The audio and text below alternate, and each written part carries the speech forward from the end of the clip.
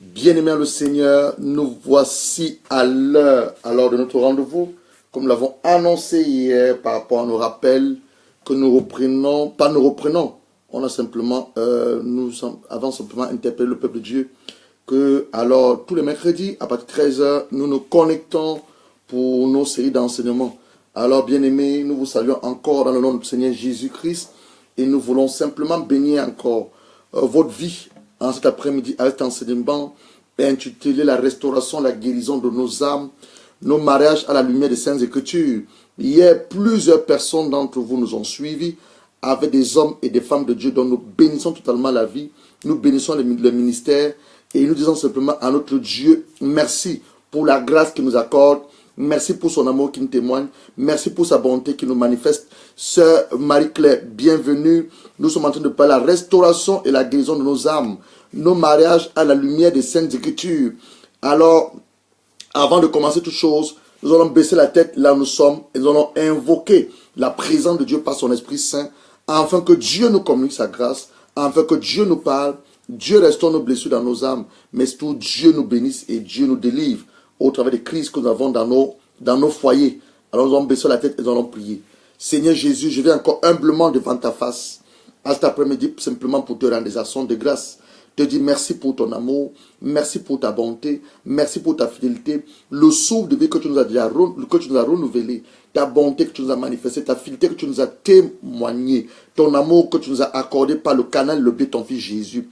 Papa qui est comme toi. En ce moment, je voudrais m'entretenir avec mes frères. Je voudrais exhorter un homme, je voudrais exhorter une femme par rapport à ton intention parfaite du mariage, par rapport, éternel, à ce que ta parole nous dit, par rapport au mariage, par rapport à nos manquements, par rapport à nos erreurs, et comment, éternel, avoir des mariages glorieux, comment avoir des mariages réussis, comment avoir des mariages forts et puissants, harmonieux, pour la seule gloire de ton Saint-Nom. Esprit de Dieu, je disparais afin que toi tu apparaisses, tu me remplis ta présence, tu parles à ce peuple, que je ne me sers pas de mon expérience, que je ne me sers pas de ma pensée, mais que je m'inspire uniquement simplement de ta parole et de ce que tu auras mis dans mon esprit. Saint-Esprit, commence avec nous, sois avec nous, parle de la part du Père et fais-nous beaucoup de bien. Alors, homme de Dieu, berger Papi Lusanga, que Dieu te bénisse.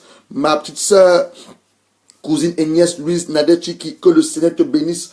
Nous sommes dans la suite de nos enseignements sur cette série intitulée La restauration et la guérison de nos âmes, nos mariages à la lumière des Saintes Écritures. Plusieurs d'entre vous nous ont suivis hier, ont été en train simplement de rappeler nos activités et Dieu, par son Esprit Saint, je crois, nous a bénis. Et ce soir, nous voulons aller à nos profondes. Donc là où tu es mon frère, là où tu es ma soeur, attache ta ceinture parce que nous voulons aller à nos profondes. Mais la chose que je te demandais d'abord est ta Bible avec toi, un cahier et de quoi prendre des notes parce que nous allons à nos profondes cet après-midi avec le Seigneur. Et demain, nous aurons à notre heure de délivrance, demain nous aurons un moment de puissance, d'autorité. Je ne voudrais pas que tu manques que demain soit à partir de 20h. Nous avons pour thème demain soir, quand les fondements du juste sont renversés. C'est dans Somme, je m'inspire où? Dans Somme chapitre 11, verset 3. Bienvenue mon frère et ami Bertrand Bianda. Alors demain soir, il sera 20h heure de l'Angleterre. Je ne sais pas où tu seras, mais moi je serai en train d'invoquer mon Dieu, afin que mon Dieu me délivre, afin que mon Dieu me restaure. Regardez ce que la Bible dit. Le psaume 11, on a, c'est pas pour demain, pour te préparer déjà spirituellement. Le psaume 11, tu peux prendre un moment même de jeûne. Le psaume 11, verset 3. Quand les fondements sont renversés, le juste que fera-t-il? Donc demain, nous allons travailler à la base de cette parole, à la base de psaume 11, verset 3. Il sera 20h d'Angleterre, à notre heure de délivrance. Quand les fondements sont renversés, le juste que fera-t-il? Toi, tu es la personne que Jésus a justifiée par son sang. Mon frère, ma soeur, tu es l'homme que Dieu a justifié par son sang. Tes fondements ont peut-être été renversés dans le domaine des finances. Tes fondements ont peut-être été renversés dans le domaine de ta santé. Tes fondements ont peut-être été renversés dans le domaine du travail. Tes fondements ont peut-être été renversés dans le domaine du mariage dans lequel nous sommes en train de parler à l'heure actuelle. Il y a un domaine dans lequel tes fondements ont été renversés. Pourquoi tes fondements ont été renversés? Comment tes fondements ont été renversés? Et qu'y a-t-il lieu de faire pour que tes fondements soient restaurés? Donc ça c'est pour demain soir, il sera 20h d'Angleterre. Je veux aussi profiter pour annoncer au corps du Christ. Alors ceux-là dans ce ministère est une bénédiction pour vous. Nous allons commencer notre jeûne de 30 jours. On avait pensé au départ 40 jours, mais lorsque nous enlevons les week-ends, parce que nous ne jeûnons pas le samedi et le dimanche, lorsque nous enlevons les week-ends, et ça va nous rester exactement 30 jours. À partir du 1er mars jusqu'au 16 avril, la Pâque cette année tombe le 16 avril. Nous aurons des enseignements sur la Pâque juive. Tu dois savoir qu'est-ce que la Pâque. Qu'est-ce que la Pâque représente pour toi qui est enfant de Dieu? Qu'est-ce que la Pâque représente pour toi qui est serviteur de Dieu? Nous aurons des enseignements sur la Pâque juive et nous allons tomber sur la Pâque chrétienne avant la grande célébration du 16 avril qui va le dimanche de Pâques. Et cette année de la Pâque de 2017 ne sera pas comme les Pâques des années précédentes. Cette année de la Pâque de 2017 sera une Pâque puissante, une Pâque glorieuse, une Pâque où Dieu va se révéler à son peuple, où Dieu va établir une nouvelle alliance avec son peuple, où Dieu a fait des choses miraculeuses à l'égard de son peuple. Mais ce soir, nous voulons poursuivre notre enseignement que nous allons commencer sur la restauration de nos mariages. Donc, comme je disais tantôt, ouvrons nos Bibles dans le psaume 127. Le psaume 127. Psaume 127. Nous allons commencer notre enseignement. Le psaume 127. Amen. Alors, de nos jours, fin de temps, dans lesquels nous sommes pleinement entrés, plusieurs personnes souffrent de ce que nous appelons des blessures de l'âme. Bienvenue, homme de Dieu, Dr. Paul. Plusieurs personnes souffrent de ce que nous appelons des blessures de l'âme, suite à des déceptions. Je reprends, je suis en train d'introduire. Nous sommes au 3e enseignement de la restauration et la guérison de nos âmes, nos mariages à la lumière des Saintes Écritures. Hier, on a encore eu un enseignement. La semaine dernière, nous avons eu un enseignement. Et cet après-midi, nous voulons entrer en eau profonde. Pourquoi nous souffrons nos mariages? Est-ce que Dieu veut que tu te maries? Oui. Dieu veut que tu te maries, mon frère. Dieu veut que tu te maries, ma soeur. La crise que tu as dans ton foyer à l'heure actuelle, est-ce que Dieu a une solution? Il a une solution. Parce que c'est lui qui a institué le mariage. Tu es découragé. Tu es abattu. Tu es frustré, tu ne veux plus de ton mari, tu ne veux plus ta femme. La femme dont tu prends le plaisir au début de votre relation, à jouir de sa présence, de sa convivialité. Tu l'amenais au restaurant, tu l'amenais à la piscine, vous sortez. Aujourd'hui, il y a une monotonie qui s'est installée dans votre foyer. Il y a ce que j'appelle le statu quo. Tu ne prends plus plaisir de la présence de ton mari, tu ne prends plus plaisir de la présence de ta femme. Pourquoi cela? Comment cela est-il arrivé? Et est-ce qu'il y a une solution par rapport à cela? Tu veux te marier. Cet enseignement également s'adresse à toi. Tu as un désir en toi. Tu veux te marier. Tu es un homme. On a dit hier encore à nos sœurs, les femmes ne vont pas vers les hommes. C'est les hommes qui vont vers les femmes.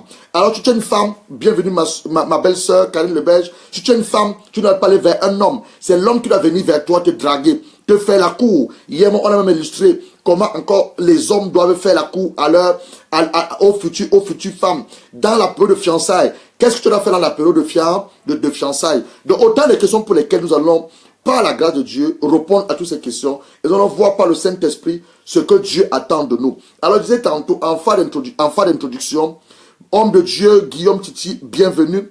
De nos jours, fin de temps, dans lesquels nous sommes pleinement entrés, plusieurs personnes souffrent de ce que nous appelons les blessures de l'âme, suite à des déceptions, des mariages qui n'ont pas marché, des relations qui n'ont pas abouti au mariage, après une longue période de fiançailles, après une longue période de relations, après une longue période d'amitié, après une longue période de fiançailles, ton fiancé ou ta fiancée t'annonce à la dernière minute qu'elle ne veut plus de toi. Il ne veut plus de toi. Vous avez fait les billets d'invitation. Vous avez communiqué à vos familles. Vous avez invité des amis de part et d'autre. Vous avez booké la mairie. Vous avez réservé l'église. À la dernière minute, le gars se décide qu'il ne veut plus t'épouser. À la dernière minute, la bonne dame dit qu'elle ne veut plus de toi. Ou elle a rencontré un homme qui est plus beau que toi, un homme qui est, je ne sais pas. Le bon monsieur dit qu'il ne veut plus de toi, ma soeur. Je ne sais pas. Ou elle a rencontré une autre soeur, je n'en sais rien. C'est les questions pour lesquelles nous sommes en train de travailler à l'heure actuelle. Alors, laissant ainsi un fiancé ou une fiancée déçue, ça va causer quoi dans ton âme? Une blessure. Ça va causer quoi dans ton âme? Une frustration. Ça va causer quoi dans ton âme? Un découragement. Ça va causer quoi dans ton âme? Une humiliation, même pour ta famille. Parce que ta famille s'attendait alors que cet homme allait t'épouser. Ta famille s'attendait alors que tu allais épouser cette fille. À la dernière minute comme ça là, la situation de déchéance rocambolesque arrive. On m'a fait allusion à un homme qui avait 5 femmes du côté de l'Afrique. Qui avait 5 filles, et autant pour moi. Un homme qui avait 5 filles du côté de l'Afrique. Mais cet homme, était ce que j'appelle un marchand ambulant.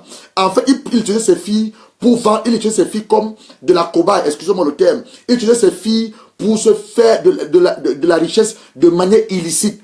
Alors, quand sa fille, tu rencontrais sa fille, tu lui demandais en mariage, le père te disait oui. Mais le jour du mariage, il trouvait des subtilités. Il trouvait des raisons pour lesquelles tu ne devais pas épouser ses enfants. Au point où, alors, je ne sais pas si ses filles sont déjà mariées, mais c'est une histoire vraie que je vous raconte. C'est une histoire vraie. Au point où ces 5 filles revenaient à tout moment dans la maison familiale. Aucune ne se mariait. Je me pose la question de savoir, et pourquoi ces filles ne se mariaient pas? Est-ce qu'elles étaient mariées plus spirituellement à leur père?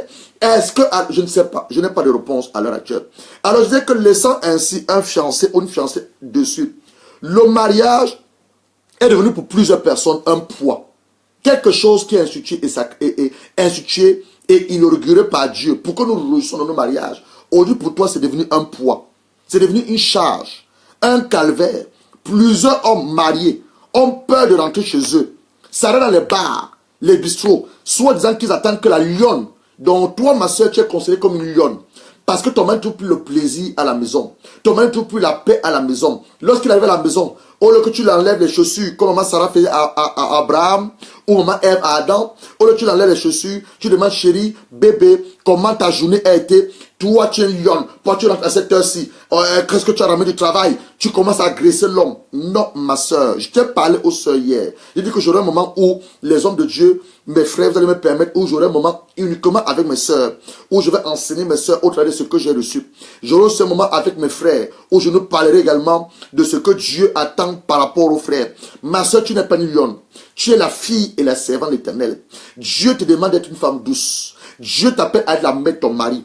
Dieu t'appelle à être la sœur de ton mari, la sœur en Christ.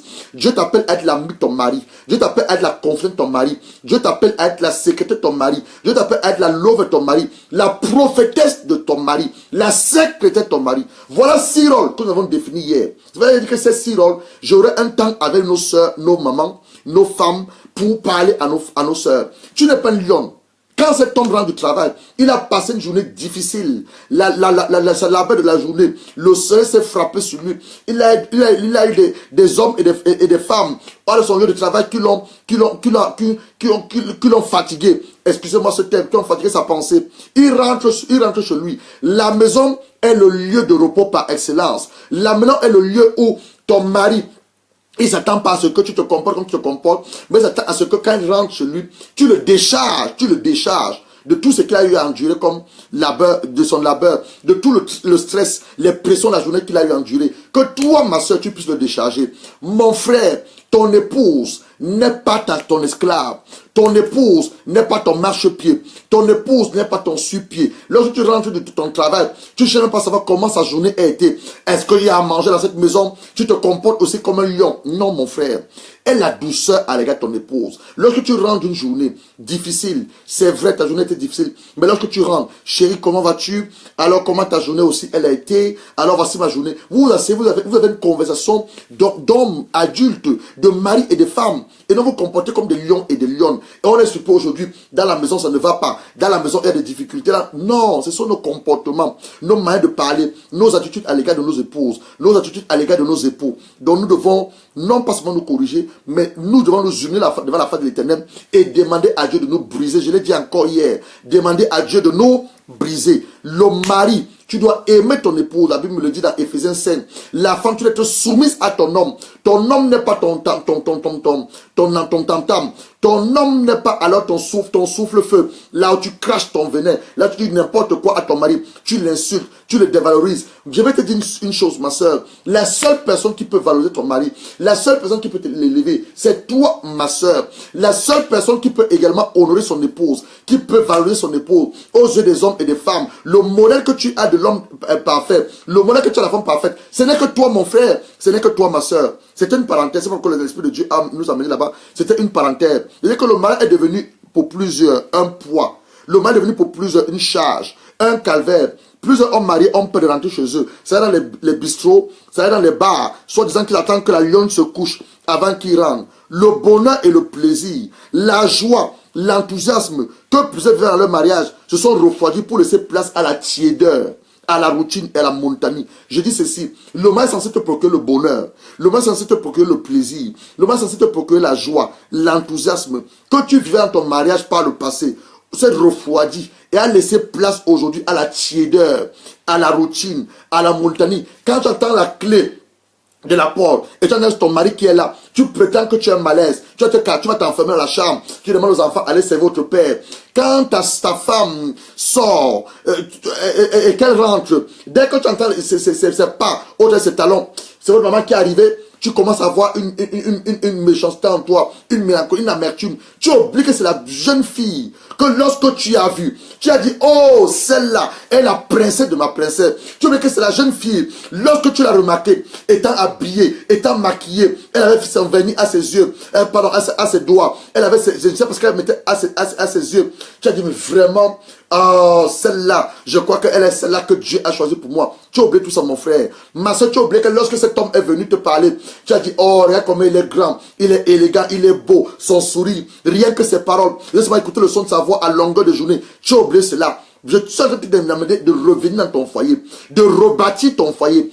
Personne ne le fera pour toi. Pas Dieu ne fera ni d'un pas du ciel, ni les anges, ni le Saint-Esprit, mais toi-même. Autre chose que tu reçois maintenant, c'est toi qui vas ramener le vin nouveau dans ton foyer. C'est toi qui vas rebâtir ton foyer. Toi, ma soeur à qui je parle, mon frère, toi à qui je parle, c'est toi qui ramènes ta femme à avoir confiance en toi. C'est toi qui ramènes ta femme à t'aimer. C'est toi qui ramènes ta femme à te faire les bons plats que tu aimes manger. C'est toi qui ramènes ta femme à dresser le lit comme tu aimes. C'est toi qui ramènes ta femme, elle peut te tourner le dos dans le lit, mais te tourner son visage. C'est à toi que Dieu donne les clés. Au travers de cet enseignement, la femme doit retrouver le plaisir à sortir pour le cinéma, la piscine. Le restaurant est devenu aujourd'hui trop encombrant. Sa présence n'est plus chaleureuse ou conviviale. Elle est bonne pour la maison, me faire à manger, m'occuper de mes enfants. Je dis ceci, la femme dont au départ tu prends le plaisir de sortir pour le cinéma, la piscine, le restaurant, avec celle-là que tu causais au téléphone à longueur de journée, aujourd'hui elle est devenue trop encombrante pour toi. Tu veux plus aller au cinéma avec elle, tu veux plus aller à la piscine avec elle, tu veux plus aller la mener au restaurant, tu parles même plus d'elle à tes amis, elle est devenue pour toi trop encombrante. Sa présence qui était chaleureuse au départ ou conviviale, elle est plus bonne, ta femme est devenue aujourd'hui bonne pour la maison. Tu ne sors plus avec ta femme, vous n'allez plus marcher comme au départ, vous n'allez plus vous promener, vous n'allez plus au restaurant, vous n'allez plus à la piscine, vous n'allez plus au sport, vous n'avez plus d'activités ensemble. Pourtant, on devait avoir des activités ensemble. Elle est devenue aujourd'hui bonne pour la maison. Faire à manger simplement et s'occuper de tes enfants. D'autres, juste au moment de l'acte sexuel, c'est là qu'ils se rappellent qu'ils ont une femme ou un mari. Je dis ceci, d'autres maris, juste au moment de l'acte sexuel, dont l'homme s'accouple avec sa femme, c'est là qu'il se rappelle qu'il a une femme. Mon frère, je te dis une chose, le mariage n'est pas pour les plaisirs sexuels. Je reprends ceci, je vais nuancer mes paroles. Dieu nous permet de prendre plaisir au sexe dans le cadre du mariage. Mais tu ne te maries pas pour le sexe. Donc ton épouse que tu as épousée, tu ne l'as pas épousée par rapport au sexe. Tu l'as épousée parce que tu l'aimes. Tu l'as épousée parce que le Seigneur sûrement t'a révélé que celle-là, elle est ta moitié. Celle-là avec laquelle tu vas accomplir le plan pour lequel Dieu t'a suscité cette terre. Celle-là dont Dieu t'a donné une vision, une mission. C'est celle-là qui va t'aider dans la vision, dans la mission de l'accomplir. Donc, toi qui penses que ta femme, à cause du fait qu'aujourd'hui, vous n'entendez plus, à cause du fait qu'aujourd'hui, il y a des problèmes dans vos foyers, elle est seulement bonne pour la maison, s'occuper des enfants, te faire à manger, ou alors te rendre ton plaisir sexuel. Mon frère, excuse-moi de te le dire, tu es un homme égoïste. Ma soeur, toi qui attends seulement que ton mari vienne dans la chambre, sur le lit, parce que je connais beaucoup mes soeurs, elles connaissent bien la Bible. Quand il faut, quand c'est selon leurs intérêts. 1 Corinthiens 7, verset 2 à 3. Ton corps t'appartient pas mon frère. Ton corps m'appartient. Fais-moi l'amour. Je te dis ma soeur, tu es en l'erreur. Le mariage n'est pas pour le sexe. Je reprends. Il dit ceci. Dieu nous permet de nous réjouir sexuellement dans le cadre du mariage. Mais je ne me marie pas pour le sexe. Tu n'as pas proposé cette femme pour le sexe. Pourquoi aujourd'hui, ton épouse dont tu aimais parler à longueur de journée, ton épouse dont tu prenais plaisir, tu jouissais de sa présence, tu allais te balader avec elle, vous marchez, vous baladez, vous avez des petits noms, bébé, chéri, mon chou, mon ami, au lieu tu l'appelles celle-là, votre mère, votre maman. Non, mon frère, tu es en train de faire des erreurs. Ma soeur, ton mari dont tu avais un petit nom, tu avais un petit nom, tu avais un repas secret, que tu savais que lorsque tu prépares ce repas à cet homme-là, vraiment, après ce que tu veux le demander à cet homme, il va te l'accorder. Oui, votre père est arrivé, allez faire la table, votre père a fini de manger des baraques. Non, ma soeur, Continue à faire tes bons repas. Continue à laisser la table à ton mari. Continue à l'appeler bébé, chouchou, votre nom que vous connaissez. Continue à le faire. Ton mari n'est pas simplement là pour te rendre un plaisir sexuel, pour te rendre tes appétits sexuels. Non, ma soeur. Ton mari est l'homme que Dieu t'a donné. Ton mari est ton Seigneur.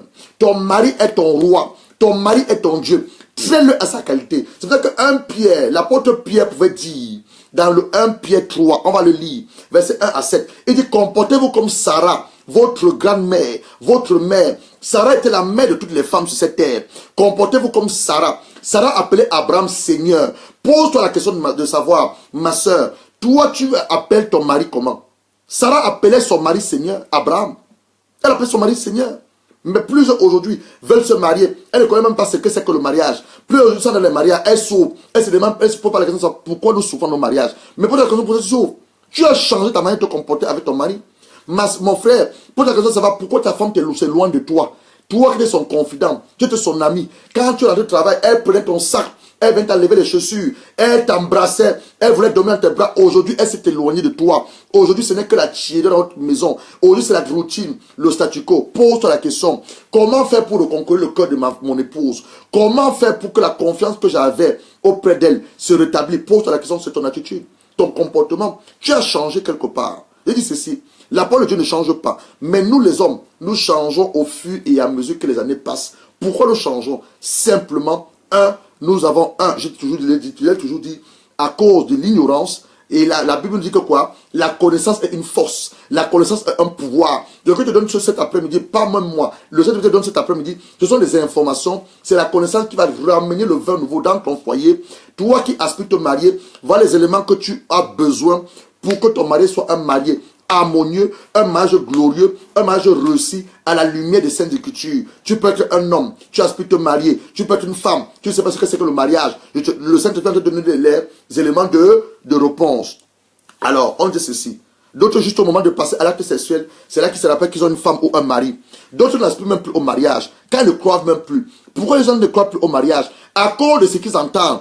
Plusieurs personnes divorcent, les pasteurs divorcent, les bishops divorcent, les archevêques divorcent. Laisse-moi te dire une chose, tu es aussi dans l'erreur. Si tu veux te marier, ou tu n'as plus envie de te marier à cause d'un pasteur, à cause d'un bishop, à cause d'un archibishop, ce qui se passe autour de toi, tu es dans l'erreur. Parce que tu dois savoir une chose, chaque mariage a une grâce. Et ton mari ne va jamais être semblable au mari de ce pasteur. Ton mari va être semblable à la femme de ton pasteur. Ton mari va être semblable à mon mariage. Parce que chaque mariage, Dieu relâche une grâce particulière. C'est à toi de chercher quelle est la relation de mon mariage. C'est à toi de demander à Dieu, cette femme que je suis en train d'épouser, Seigneur, est-ce qu'elle est celle-là que tu as choisie? C'est à toi, ma soeur, de te humilier. Quand cet homme vient vers toi pour te demander ta main en mariage, tu dois prier ton Dieu. Tu dis, Seigneur, tu as dit, il est vrai, qu'il n'est pas bon pour que l'homme soit seul. Mais est-ce que Émile me demande? Émile veut que je l'épouse. Jérôme veut que je l'épouse. Barthélemy me demande en mariage. Est-ce que c'est celui-là que je dois épouser? Ou alors, est-ce que tu as quelqu'un d'autre? Tu dois le faire, ma soeur. Tu dois prier avant de pouvoir te marier. C'est très important. Hier, on a parlé de la loi de la reconnaissance. On va encore travailler dessus. Je vais peut-être la semaine prochaine. Et on va également, la semaine prochaine, travailler sur les bons fondements. Quels sont les fondements avec lesquels je dois me marier et quels sont les fondements pour lesquels je ne dois même pas oser me marier? On parlera de ça la semaine prochaine. D'autres, parce qu'ils ne peuvent pas divorcer, ils restent ensemble pour plusieurs raisons. Il dit ceci, certains sont en train de souffrir dans leur mariage à cause du fait qu'ils ne peuvent pas divorcer. Peut-être à cause du nom qu'ils portent. On dit que alors dans cette ville, dans ce quartier, alors la grande famille telle, vraiment, si elle divorce, mon nom va être souillé. Si nous divorçons, qu'est-ce qui va arriver de nous? À cause de ton nom, peut-être le nom de ta famille, à cause des enfants que vous avez ensemble, les biens communs, la maison, la voiture, votre compte en bancaire. Mais vous êtes encore dans la maison, mais vous n'êtes plus marié. Il dit ceci. D'autres, parce qu'ils ne peuvent pas divorcer, ils restent ensemble pour plusieurs raisons. Je n'ai pas le nom, peut-être le nom que vous portez. Vos enfants, les biens communs, la maison, la voiture, votre compte bancaire. Vous êtes dans la maison, hein, mais vous n'êtes plus marié. Le mari a sa chambre, vous dormez chambre séparée. Ce n'est pas ça le mariage. Le mari a sa chambre, la femme a la chambre, les enfants sont de l'autre côté. On ne peut pas divorcer à cause de ces raisons. D'autres choisissent de faire ce que j'appelle union libre ou en concubinage. Ce n'est pas le mariage.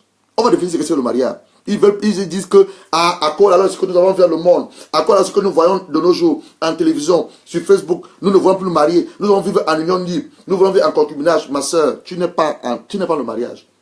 L'union libre et le concubinage n'ont rien à voir avec ce que nous appelons le mariage ou à voir ce que Dieu a institué. Si tu vis en union libre avec un homme, ma soeur, arrête de le faire. Bienvenue, homme de Dieu, semble athée. Si tu vis en concubinage, un homme t'a dit, viens vivre avec moi. On le sait d'abord. Pour voir si ça va marcher, je t'assure, il ne va jamais t'épouser. Si tu le vis même, regarde, ça fait combien de temps tu vis avec cet homme dans la même maison. Il ne va pas t'épouser. Ma soeur, arrête ça. Mon frère, tu veux épouser une femme. Je suis originaire du Cameroun, par naissance. Mais ma nouvelle patrie, c'est la patrie céleste. J'appartiens au ciel. Mon vrai père est le Dieu Tout-Puissant. Donc je n'ai même plus d'appartenance avec le Cameroun. Mais je suis originaire du Cameroun par naissance ou d'origine. Mais ma nouvelle patrie est la patrie céleste. J'appartiens au ciel. Ma soeur, c'est une chose. Le concubinage n'est pas la volonté de Dieu. Ce n'est pas la parole. L'union libre n'est pas la parole.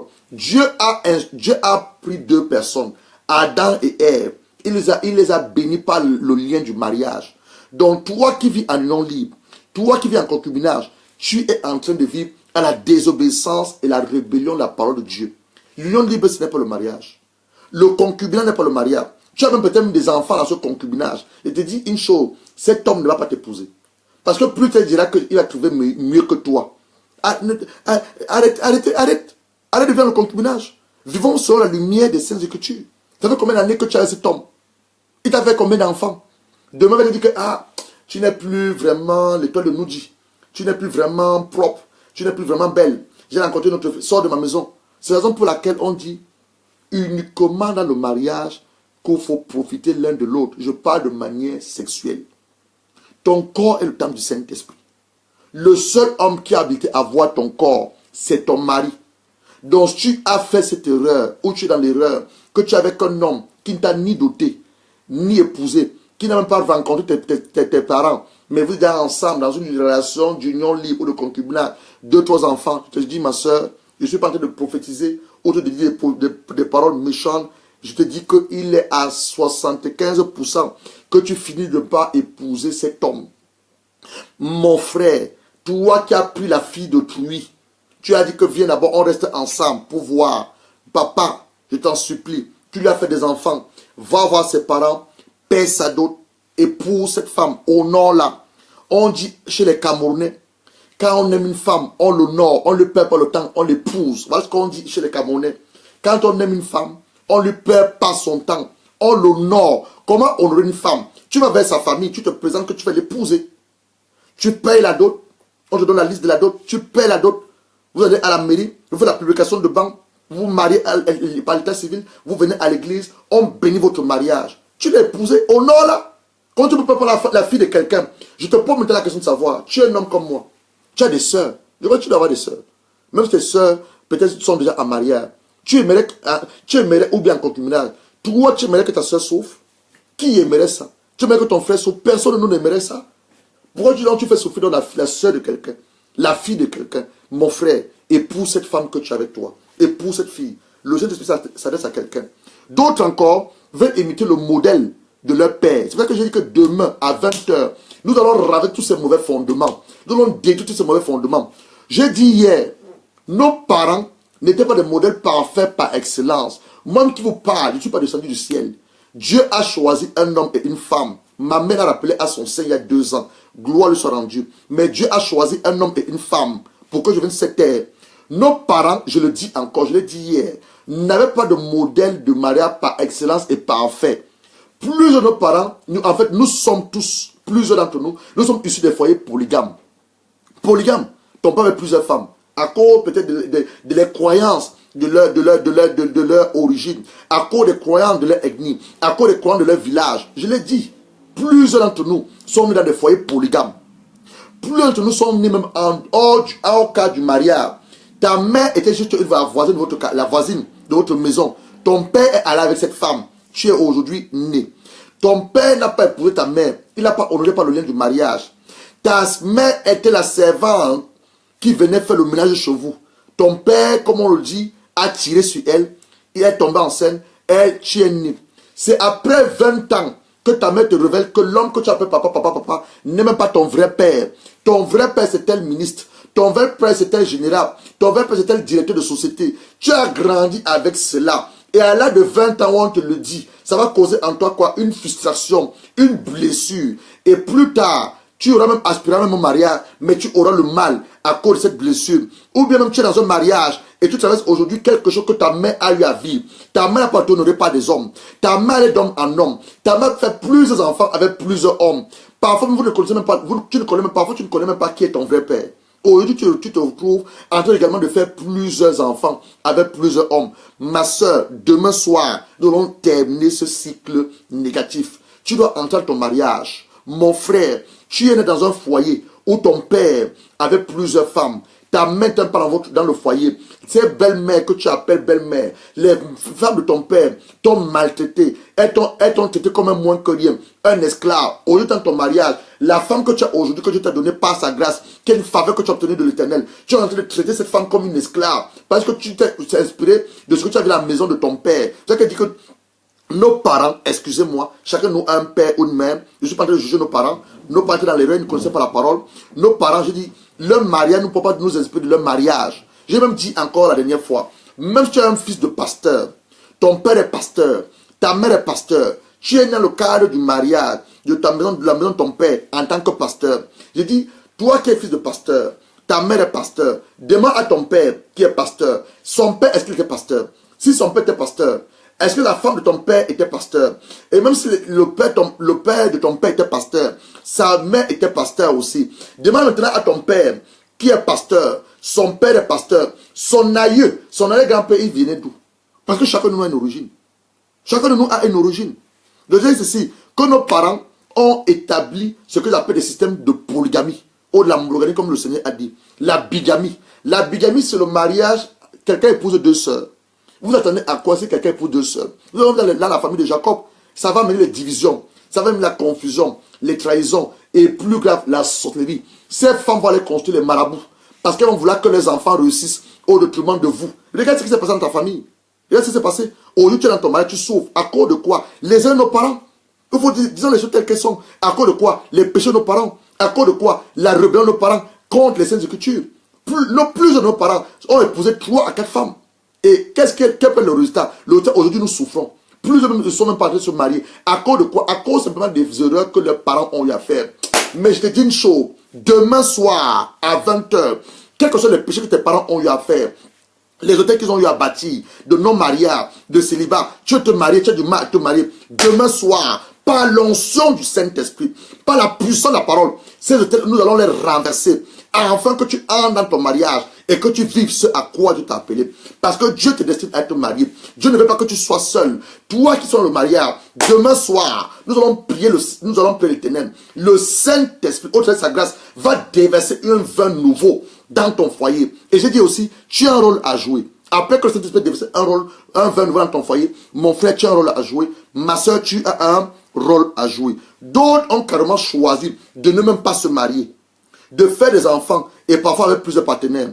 Maintenant, qu'est-ce que dit la parole de Dieu face à tout ceci? C'est quoi le mariage? Beaucoup veulent se marier. Mais c'est ce que c'est que le mariage. C'est quoi le mariage? Le dictionnaire Larousse définit le mariage comme une union libre. On ne doit pas te forcer à te marier. Ton pasteur ne doit pas te dire que épouse la servante là, celle qui chante la chorale, elle va être une bonne femme pour toi. Non, je l'ai dit hier. Tu ne te maries pas par révélation. Tu ne te maries pas par prophétie. Tu ne te maries pas parce que ton pasteur t'exige d'épouser cette femme. La femme de ton pasteur te dit que, ah, mon fils, cette fille, elle est une bonne fille pour toi. Ah, ma fille, cet homme. Non. Tu te maries purement et simplement par amour. Voilà ce que la Bible dit. Pas la Bible, en fait, le dictionnaire définit. Le mariage est une union libre, pas une union forcée. Je dis ceci. Le mariage est une union libre. Deux personnes de sexe différent, pas de même sexe. De sexe différent. Sexe masculin, sexe féminin. Pas sexe masculin et masculin, féminin et féminin, comme la société est en train de vouloir nous imposer. Ou nous sommes en train de vivre dans certains pays. Non, ce n'est pas sur le mariage. Le mariage est une union libre entre deux personnes de sexe opposé, masculin et féminin, qui viennent ensemble par une déclaration solennelle que nous appelons une célébration, reçu par un officier d'état civil, le maire, son adjoint ou une personne qui délègue.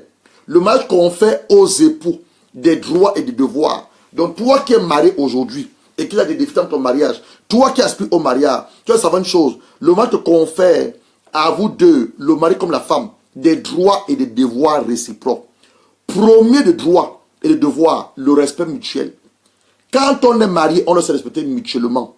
Ta femme, je l'ai dit tantôt, n'est pas ton esclave. Ma soeur, ton mari, hein, il est peut-être ton fils. Oui, comme on le dit, ton fils, ton frère en Christ. Mais ton mari hein, n'est pas ton labin. Ton mari, ma soeur, n'est pas ton domestique. Tu dois respecter ton mari. Le respect, dans le respect, c'est les deux personnes.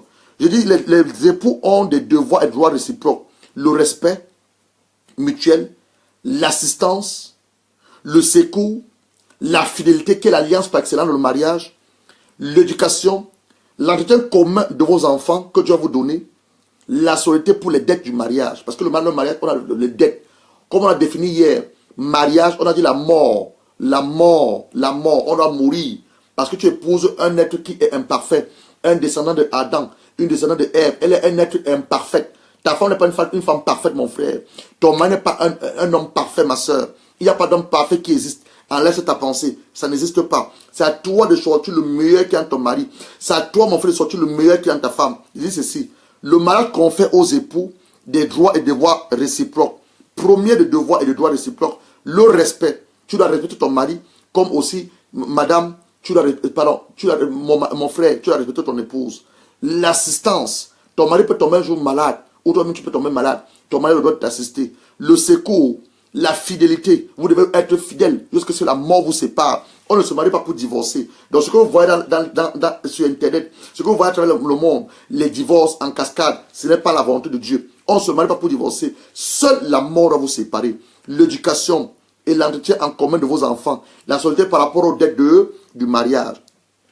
Deuxième définition du mariage. Le mariage est un homme masculin qui signifie un acte solennel par lequel un homme et une femme établissent entre eux une union dont les conditions, les effets et la dissolution sont régis par le code civil.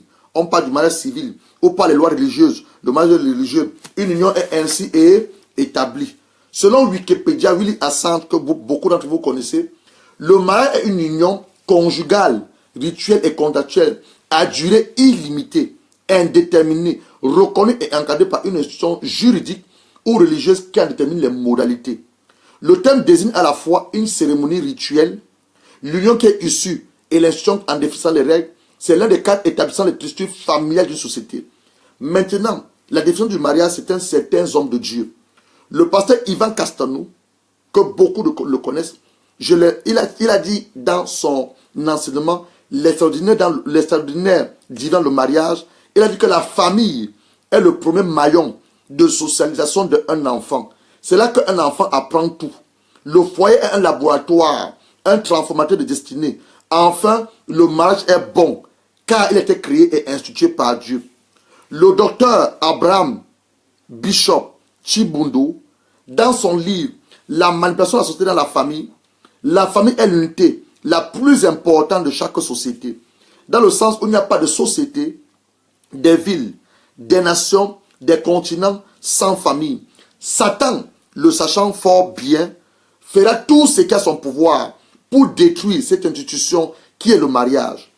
Le pasteur révérend Roi Wafo, dans son enseignement, ce qu'on ne va pas dire concernant le mariage, parle du mariage en étant comme la première institution établie par Dieu, même avant celle de l'Église, sur la terre.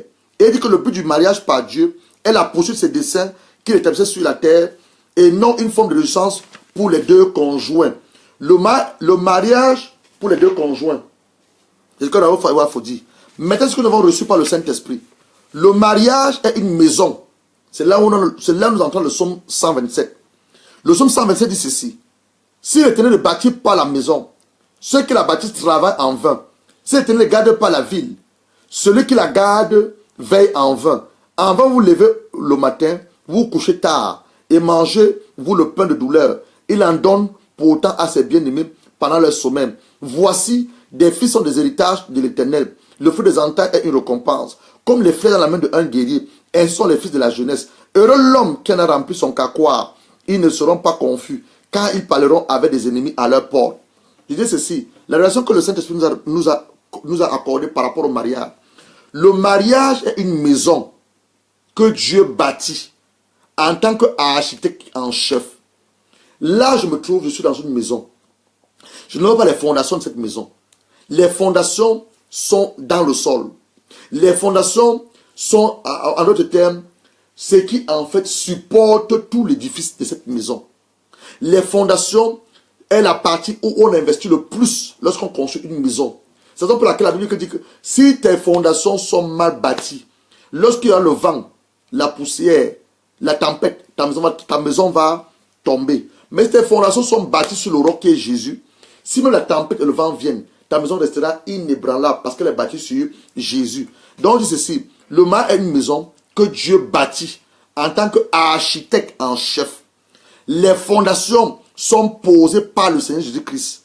Les murs sont élevés par le Saint-Esprit au travers de l'homme que tu es, la femme que tu es. Donc, chacun de vous a un rôle à jouer pour l'équilibre et le bon fonctionnement de cette maison qui est un don de Dieu pour vous les époux. Je reprends ceci.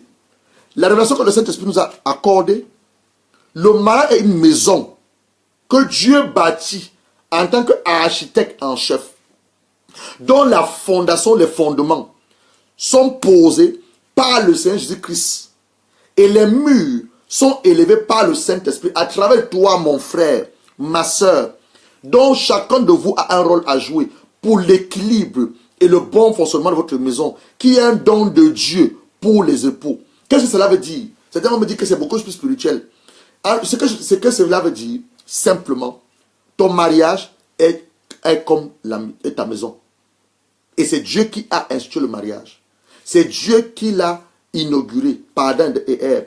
Le mariage est quelque chose de sacré avec lequel on ne doit pas s'amuser. Donc, pour que j'ai un mariage harmonieux, j'ai un mariage glorieux, j'ai un mariage puissant et fort, je dois m'inspirer de la bonne nouvelle, la parole. Je dois demander au Seigneur Jésus de m'accorder la grâce, la sagesse, afin qu'à la lumière de ces saintes écritures, mon mariage tienne la route, mon mariage soit solide, mon mariage soit bâti sur sa parole.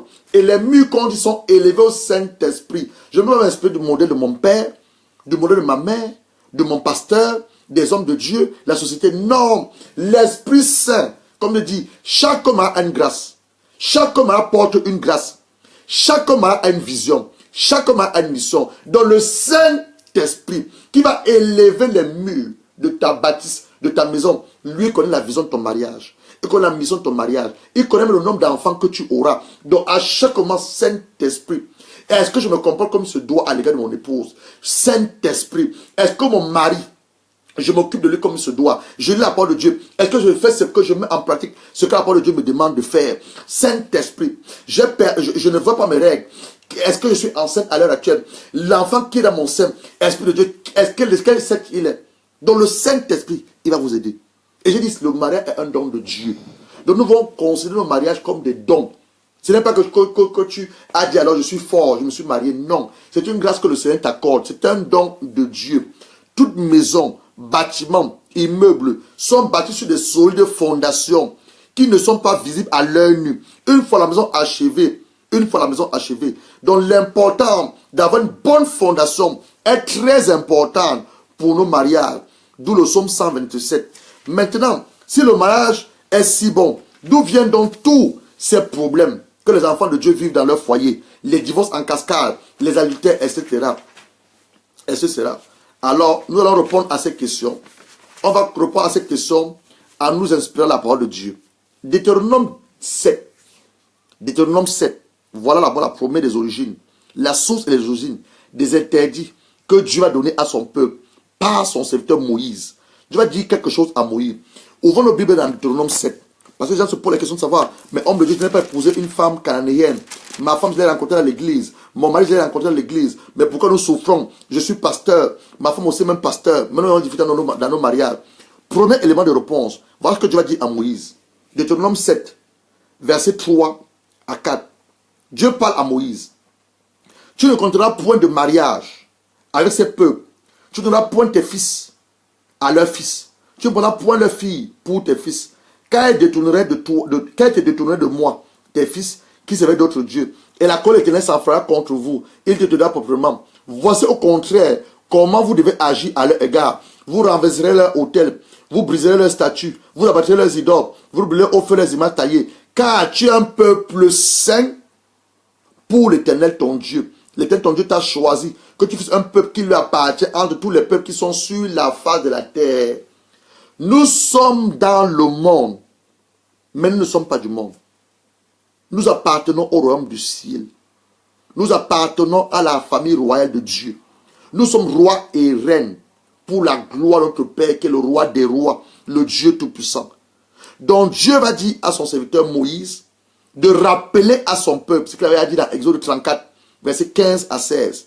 Vous n'avez pas contracté de mariage avec les peuples que je vais chasser au milieu de vous. Là où tu vis, le pays dans lequel tu vis, la vie dans laquelle tu vis, tu as épousé quelle femme? Ta femme est-elle une descendante d'Étienne, des Guzaziens? Elle est une descendante des Amoréens, des Cananéens, des Phérésiens, des Hébésiens, des Jébusiens. Et Dieu va dire à Moïse, ne contracte pas de mariage avec ce peuple-là. Ne donne pas tes fils à leurs fils. Ne prends pas leurs filles pour tes fils. Pourquoi? Dieu va leur répondre. Parce qu'ils vont détourner tes fils et tes filles qui vont servir leur Dieu. Et la colère éternelle s'enflammera contre vous. Il va vous détruire promptement. Tu me dis, ah pasteur, ma femme, elle est une servante l'éternel. Ma femme n'est pas une cananéenne. Je ne disconviens pas, nous allons arriver là. Mais te pose-toi la question de savoir, mon frère, ma soeur, dit que cet enseignement est pour des hommes qui ont des crises dans leur foyer, des femmes qui ont des crises dans leur foyer, des hommes et des femmes qui aspirent au mariage. Donc toi qui veux te marier, mon frère, ma soeur, toi donc ce frère, tu as fait la proposition de mariage. Voilà les critères que le Seigneur te donne pour te répondre. Voici les critères. Prenons les choses, prenons les critères. Tu ne vas pas contracter un mariage avec un inconverti, avec un incirconcis. Quelqu'un qui n'est pas enfant de Dieu, quelqu'un qui ne croit pas en Dieu. Tu ne peux pas convertir un homme. Tu peux pas changer le cœur d'un homme. Il n'y a que le Saint-Esprit qui peut amener un homme à changer de cœur. Tu es marié. Tu t'es épousé une femme qui n'a pas cru au Seigneur. Tu t'es marié avec un homme qui n'a pas cru. Tu dis, ah pasteur, au fur et à mesure, je vais l'amener à notre Dieu. Mais si tu n'as pas le pouvoir de changer un homme. Seul Dieu a le pouvoir de changer un homme. Tu es surpris aujourd'hui que cet homme te bat, cette femme t'insulte. Mais regarde, ne pas être surpris. Tu as marché dans la désobéissance et la rébellion à la parole de Dieu. Maintenant, tu me poses la question de savoir, pasteur, dois-je divorcer? Non, tu ne divorceras pas. Nous allons prier pour que Dieu touche le cœur de ton mari et que ton mari donne sa vie au Seigneur. Tu ne divorceras pas. J'ai dit, je n'enseignerai jamais au divorce. À moins que l'Esprit Saint lui-même t'amène et te convainc à divorcer. Je n'étais pas là quand tu as rencontré cet homme. Je n'étais pas là quand tu as rencontré cette femme. Je ne voulais pas être la source ou la personne qui vous êtes séparés. Non. La Bible dit que c'est ce que lui, il a mis ensemble. Personne ne doit le séparer. Si simplement c'est lui qui vous a mis ensemble. Je ne suis pas en train d'enseigner sur le divorce ici. Je n'enseignerai jamais sur le divorce parce que le divorce n'est pas biblique. Dieu est le divorce. Deuxième chose, Deutéronome 17, verset 17. Qu'il n'y ait pas un grand nombre de femmes. Dieu parlait au roi. Vous voyez aujourd'hui dans nos villes, dans nos pays, on a les présidents qui ont épousé plusieurs femmes, nos monarques, des rois et des reines qui ont épousé plusieurs femmes. Voilà, on a plusieurs conséquences. Dieu dit ici dans Deutéronome 17, verset 17, Dieu parle encore à Moïse. Il dit, parle au roi, quand il sera en règne. Il mise en garde pour le roi pendant son règne. Qu'il n'y ait pas un grand nombre de femmes, afin que son cœur ne se détourne point, et qu'il ne fasse pas un grand nombre d'amas d'or et d'argent. La femme, écoutez mes frères, la femme ou les femmes en grand nombre peuvent amener le roi, un président, un homme, un pasteur, ou un ou pas ou un. Le pasteur est ou un de toute manière. Un pasteur ou un archibishop ou un serviteur de Dieu ou un. Je reprends ceci. La femme ou les femmes, c'est un mystère. En grand nombre peuvent amener le roi, un président, un ministre, un directeur, un pasteur ou un super ou un à se détourner son Dieu. Le roi Salomon va en payer le prix au détriment de sa propre vie de son royaume. À cause du fait quoi? Il avait épousé plusieurs femmes. Donc Dieu t'interdit d'épouser plusieurs femmes. Ça veut dire que tantôt, nos parents ont désobéi à la parole de Dieu. En épousant plusieurs femmes. Ils ont été monogames, bigames, quels que soient les noms que vous voulez les donner. Ils ont désobéi à la parole de Dieu. Josué, Dieu va encore s'adresser à Josué. Dans Josué 23, verset 12 à 13. Josué dans sa vieillesse va rappeler au peuple israélien les prescriptions que Dieu avait données à Moïse, dans la loi de Moïse, de ne pas s'unir avec le peuple cananéen par des mariages, car en les faisant, ces mariages seront pour eux un filet et un piège, un fouet dans leurs côtés et des épines dans leurs yeux, jusqu'à ce que leur mort en suive. Alors, ils perdent aussi la protection de Dieu dont ils jouissaient. Le peuple cananéen adorait Baal. La femme que tu as épousée, elle adore quel Dieu? Est-ce qu'elle adore ton Dieu? Baal, la femme, je dis le peuple cananéen adorait Baal, leur déesse, leur divinité. La région cananéenne encourageait la position sacrée, tant masculine. On parle aujourd'hui des gigolos. De nos jours, on parle des gigolos, des jeunes garçons qui veulent être avec des vieilles femmes. Pourquoi tu perds ton temps avec cette vieille femme? Regarde ta vie. Regarde ta vie. Regarde ton âge. Regarde ce que Dieu a mis en toi comme capacité, comme qualité.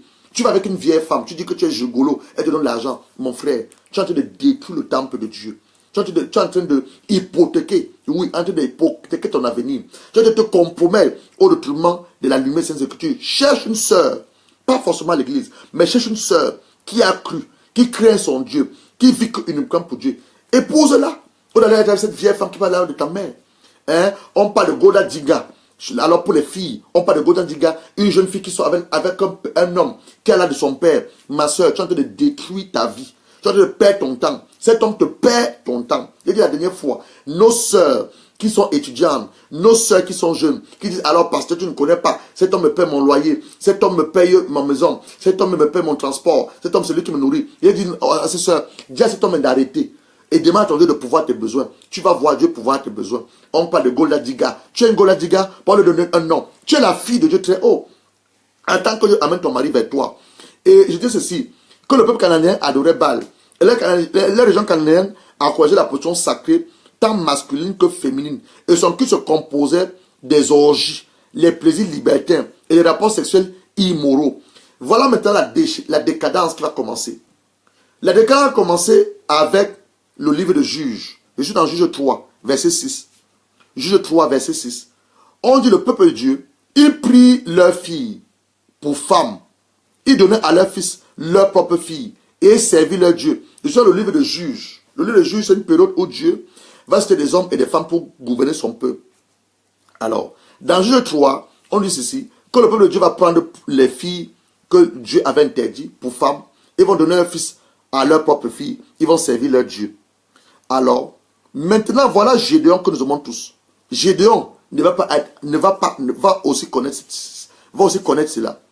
Dans Juge 9, verset 27, Gédéon va faire un éphod qui va être un idole pour lui, un piège pour lui et pour toute sa maison. Dans verset 30, Gédéon va avoir 70 fils issus de lui. Quand il avait plusieurs femmes, il était devenu polygame Gédéon. Sa concubine était Achichem. Elle lui enfanta un fils du nom de Abilek. Un roi méchant. Un roi qui va tuer tous ses frères. Il va tuer tous ses 70 frères. Donc le péché d'une seule personne, vous voyez, par rapport à nos parents, le péché d'une seule personne, de Gédéon, le péché de Gédéon, c'est quoi? La polygamie. Gédéon va être polygame. Il va épouser plusieurs femmes, il a 70 enfants. Le péché du père Gédéon, sa transgression contre le commandement de Dieu, a des conséquences désastreuses pour sa famille, la nation sur laquelle il régnait. Le peuple de Dieu va recommencer à se prostituer à Baal. La polygamie, les sang d'Abilek va causer la mort des enfants de Gédéon. 70 de ses fils vont mourir en un seul jour. Vous voyez, à cause du péché d'un seul père, personne. Samson, le Nasnérien, rempli du Saint-Esprit le sein de sa mère.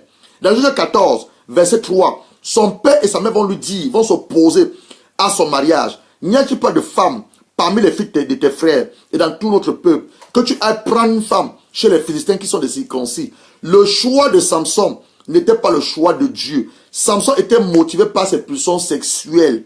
Il a négligé et méprisé les instructions de Dieu contre les mariages mixtes. Je te pose maintenant toi la question, mon frère, ma soeur.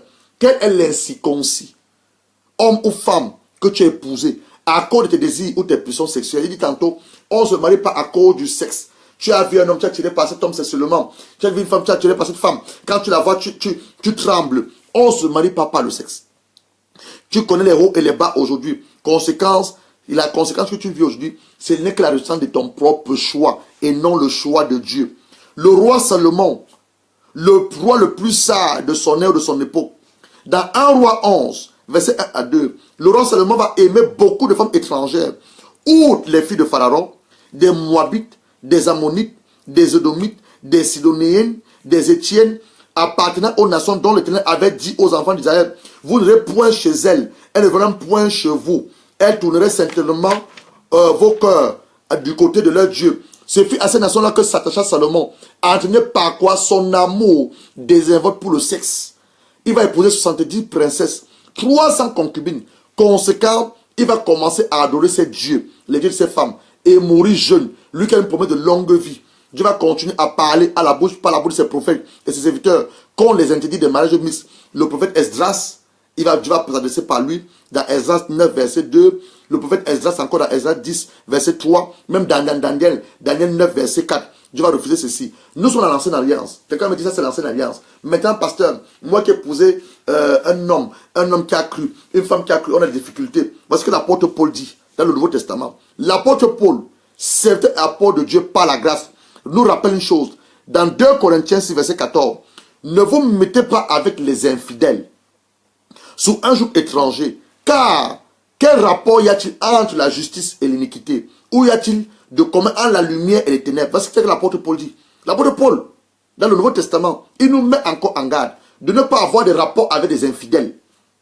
Car si nous avons un rapport avec les infidèles, nous serons un joug étranger. Quel rapport y a-t-il entre la justice et l'iniquité? Où y a-t-il entre commun la lumière et les ténèbres? La lumière et les ténèbres ne peuvent pas s'exister ensemble. La lumière, c'est Jésus, c'est Dieu. Les ténèbres, c'est le diable. Tu peux te mélanger avec le diable.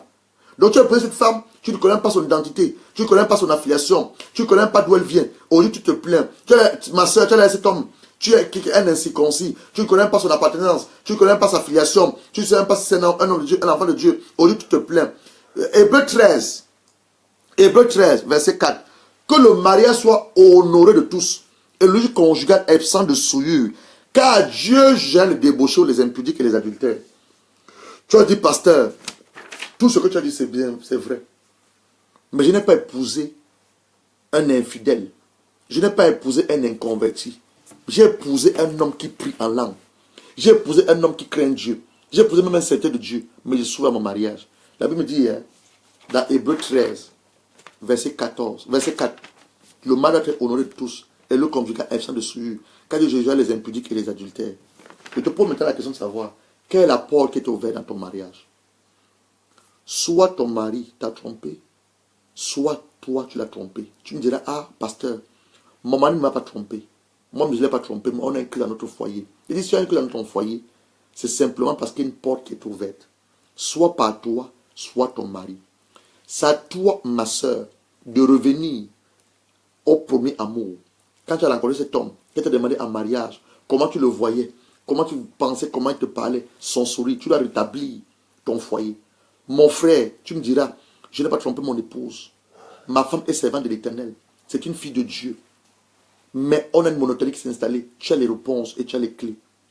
Si c'est le cas, tu as les réponses et tu as les clés. Demain soir, tu vas t'accorder le vin nouveau.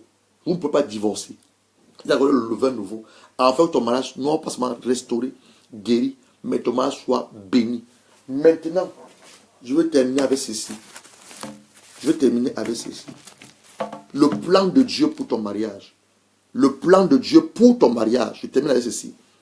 Dieu désire que tu sois heureux dans ton mariage. Il désire les deux, mari et femme, que vous deveniez un. Il désire que vous deveniez une seule chair. Que vous soyez d'accord, en paix, l'un envers l'autre. Que vous vivez en harmonie. Que vous vivez dans la chaleur. Vous vivez dans sa présence. Dieu désire que vous ayez un mariage fort, harmonieux, stable et beau. Que votre mariage soit béni par lui. Que votre mariage soit un mariage beau et heureux. Car c'est lui qui l'a créé et c'est lui qui l'a institué. C'est lui qui l'a inauguré et c'est lui qui te recommande à te marier. Dieu a un plan pour ton mariage. Dieu a un but spécifique pour ton union. Il a raison, une vision pour toi et ta conjointe d'être ensemble. Dieu a donné au mariage une place privilégiée dans le corps de Christ. Nous avons lu hier, Jean 2, un des premiers miracles que Jésus a eu à faire. On a lu ça hier dans Jean 2, aux noces de Canaan. Jésus va faire quoi? Jésus va amener un vin nouveau dans cette ville où il y avait les noces, où il y avait le mariage, on va dire que la gloire de Jésus va se répandre et ses disciples vont croire en lui. C'était que pendant un mariage, donc Dieu est concerné par ton mariage. Dieu veut mettre un nouveau dans ton mariage. Dieu voudrait que tu te maries.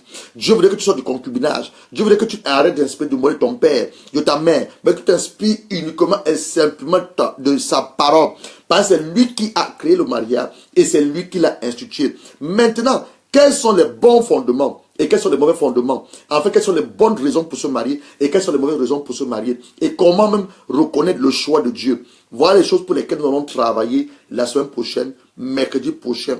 Donc nous allons terminer cet enseignement aujourd'hui, simplement encore pour bénir ce que Dieu vient de nous dire, l'élever, l'adorer, lui confier nos maisons, lui confier nos âmes, lui confier nos cœurs, lui confier nos mariages. Afin que ceux qui ont besoin d'un vin nouveau, le Saint-Esprit amène le vin nouveau. Ceux qui aspirent au mariage, Dieu, par son Esprit Saint, commence à vous parler. Tu commences à prendre des notes, noter ce que l'Esprit Saint est en train de dire par rapport au choix. Dieu dit la femme ne va pas vers l'homme, c'est l'homme qui choisit la femme.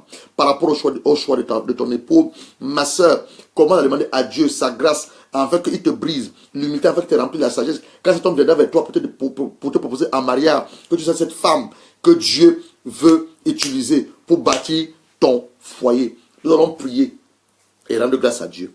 Seigneur, nous te disons merci pour ta grâce, merci pour ton amour, merci pour ta bonté, ta fidélité. Tu viens de nous parler au travers de ton Esprit Saint par rapport à nos mariages, ou à nos souffrances, à nos blessures. Père, je prie que ceux qui t'ont suivi, ce que je n'ai pas pu leur dire, toi tu les as dit par ton Esprit Saint, tu les as enseignés et tu as continué à les enseigner. Demain, nous allons nous retrouver, Éternel, dans un moment de prière, de délivrance. Nous te prions afin que là où les portes ont été ouvertes, pas par le diable, par nous-mêmes, tu nous accordes la grâce par la puissance de ta parole. Tu nous accordes la grâce par ton Esprit Saint de refermer ces portes. Père, je te prie pour cet homme qui aspire au mariage. Je te prie pour cette femme qui aspire au mariage. Comment te révéler à cet homme? Révèle-toi à cette femme. Parle à ton serviteur. Parle à ton fils. Parle à ta fille. Et Seigneur Jésus, toi qui as destiné que nous aurons des mariages glorieux, des mariages harmonieux, des mariages beaux, des mariages heureux. Ceux qui ne croient même plus au mariage, remets la croyance au mal dans leur cœur. Ceux qui veulent le concubinage, agneau libre, permets les sortir de ce concubinage pour t'honorer, toi et ta parole, au travers du mariage. Ceux qui ne peuvent pas divorcer à cause des raisons ou d'une autre, mon Dieu, révèle-toi à eux. Mais ce que je sais, Seigneur Jésus, tu ne donnes pas ta parole. Ta parole ne sort pas sans retourner en toi, sans avoir accompli ton but. La parole qui est sortie cet après-midi, Père, laisse que son but pour laquelle elle est sortie soit totalement accompli. Établis le cœur, les âmes de mes frères et de mes sœurs qui m'ont suivi et que la gloire te revienne à toi et rien qu'à toi seul. C'est au nom de ton Fils Jésus-Christ que nous avons ainsi prié. Et nous avons tous Amen. Il est tantôt que demain soir, il sera 20h heure d'Angleterre. Nous avons pour thème Psaume 11, verset 3. Quand les fondements sont renversés, qu'est-ce que le juste fera? Donc demain, prends déjà un moment de prière. Soit de prière, tu peux même prendre un moment de jeûne. Parce que demain, nous allons renverser tous ces mauvais fondements. Dieu a parlé à Moïse. Dieu a parlé à Josué. Nous avons vu les conséquences de la vie de Gédéon, les conséquences de la vie de Salomon, les conséquences de la vie de Samson. Dans nos propres vies, nous voyons les conséquences. Mais nous croyons une chose. Dieu ne fait jamais rien pour rien. S'il a relâché cet enseignement, sa parole, c'est parce qu'il veut restaurer nos foyers, il veut guérir nos blessures, il veut nous délivrer de l'esprit de divorce, l'esprit de célibat, l'esprit de non-mariage, l'esprit des eaux, et il veut surtout nous bénir dans nos foyers. Alors demain, il sera 20h, lorsque nous aurons un moment d'enseignement et surtout un moment de puissance et de prière dans lequel nous allons invoquer l'onction de Dieu pour qu'il vienne nous délivrer et surtout qu'il vienne nous révéler de ce que Dieu attend de nous dans nos foyers. Et nous allons également demander à Dieu son vin nouveau dans nos foyers. Alors, comme je disais tantôt, Dieu vous aime. Dieu veut que tu te maries, toi qui n'es pas encore marié. Dieu aspire et souhaite que tu aies un vin nouveau dans ton foyer. Dieu ne veut pas que tu sois dans ton foyer. Dieu t'a destiné à être heureux dans ton foyer. J'étais votre serviteur, le pasteur Gérard Noutia. Comme il est toujours tantôt dit, cet enseignement t'a béni.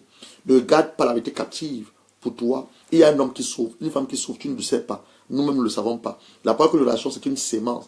Partage cette vidéo à un homme, à une femme. Dieu va bénir un homme. Quelqu'un aspire au mariage, tu le connais. Ça peut être un homme, ça peut être une femme. Il ne sait pas comment choisir. Il ne sait pas ce qu'il y a lui-même lieu de faire. Il ne sait pas ce que c'est que le mariage. Nous allons parler de la définition du mariage. Ce que c'est que le mariage. Ce que Dieu nous a révélé par rapport au mariage. Partage cette vidéo. Parle à un homme, parle à une femme. Invite quelqu'un demain à 20h. Un homme, une femme. Et Dieu nous fera du bien.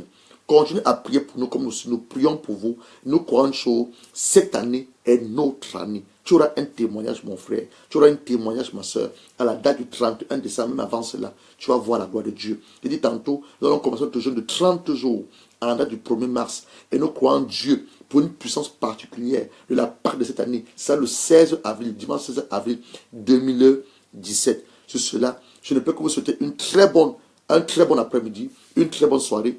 Continuez, tu peux me réécouter cet enseignement plusieurs fois. Continuez à prier pour nous comme nous prions pour vous. Avec nos prières, vos prières, nous y arriverons. Et notre Dieu nous montrera sa gloire. Était votre serviteur, le pasteur Gérard Noucha. Que Dieu vous bénisse. À bientôt.